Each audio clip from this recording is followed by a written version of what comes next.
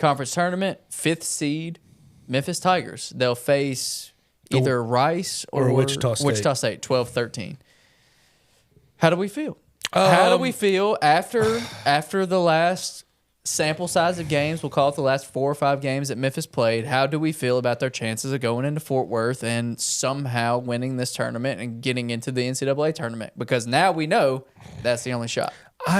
I don't have a lot of hope they're going to win 4 games in 4 days. And the reason I say that is because the consistency part of this team is completely gone. And then when you add the fact that they could be tired, they may be reaching, you may have some foul trouble with Naquan Tomlin or Nick Jourdain like you did in the Florida Atlantic game. There's just a lot of things that are angling against them. They needed that double bye is what they really needed, and 100%. they didn't get it. But I will say this. They did get on the side of the bracket that I feel okay about. Yeah. Because you get Rice and Wichita State. If you win that game, which they should absolutely run away, handle that game.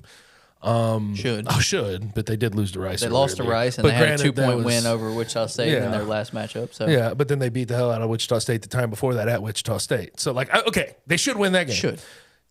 This side of the bracket is UAB and South Florida. I would like to avoid the Florida Atlantic side until you get to the championship game, right? And then maybe some crazy stuff could happen over there. I know they've had some trouble with UAB, but I think that second half here at FedEx Forum definitely showed a lot about them sort of figuring out their footing and understanding what they need to do against UAB. But I like the side of the bracket they're on. But that being said, 4 games in 4 days with the lack of rest, with the front court depth that they don't possess, with just how they've played sort of up and down all year, I wouldn't be in my right head if I had like some tremendous confidence they're going to be able to run through and win this thing. But they the talent-wise, they're more than capable. It's possible. Capability is not what we've been talking about capability all year, though. Yeah. No, for sure. And I think you're absolutely right. They have the talent. They have the potential to do it. If they did, it's not like we would sit here and freak out and be like, oh my gosh, I could have never seen this coming. No, it's absolutely possible. We know it's on the table. But to me, there's 2 marquee points. Inconsistency, like you said, is at the forefront, has been all year. That's the common theme of the year. Secondly, is just defensive deficiencies.